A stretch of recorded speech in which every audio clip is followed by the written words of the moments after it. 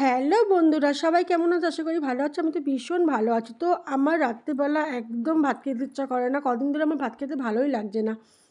তো ভাবলাম মুখে রুচি আনার জন্য কী দিয়ে ভাত খাওয়া যায়, তো মনে পড়লো চলো আজকে ভর্তা বানাই। তো দেখো যথারীতি আমার তো যখনই কাজ তখনই করতে হয়। ভাত বসিয়ে দিলাম, ভাত বসিয়ে সাথে সেদ্ধ দিলাম হচ্ছে কুমড়ো, গাজর, আলু, টমেটো। তো এইগুলো ভালো করে সেদ্ধ করে নিলাম, ভাতের সাথে একবারে সেদ্ধ করে নিয়ে তারপরে শুকনো লঙ্কা ভাজলাম। আর আমার ভাজা পেঁয়াজটা খেতে ভালো লাগে না, আমার কাঁচা পেঁয়াজটা খেতে ভালো লাগে। কুচি কুচি করে কাঁচা পেঁয়াজ কাটলাম, শুকনো লঙ্কা ভাজলাম, সর্ষের তেল দিয়ে শুরু করে দিলাম ভর্তা মাখা। 4 রকম ভর্তা দিয়ে আজকে আমি ভাত খাবো। তো এত সুন্দর হয়েছে, তোমরা একবার ট্রাই করে দেখতে পারো।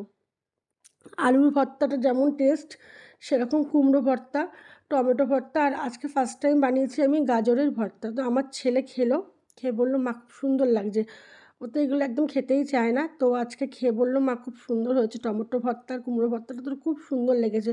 তো যাদের যাদের মুখে সবসময় তো রুচি সমান থাকে না, যখন রুচি থাকবে না এইগুলো একবার ভর্তা করে বানিয়ে খেয়ে দেখো, কথা দিচ্ছি প্রেমে পড়ে যাবে।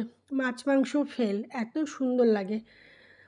তো আমি তো আজকে খেয়েছি, আমার এত ভালো লেগেছে, তাই ভাবলাম তোমাদের সাথে একটু শেয়ার করি আমার ভর্তাগুলো। আমার বন্ধুরা একটু বানিয়ে বানিয়ে খাক, খেলে কত সুন্দর মজা। মাছ মাংসর থেকেও, মাছ মাংস তো সবসময় আমরা খাই, কিন্তু এইগুলো আমাদের সচরাচর খাওয়া হয় না।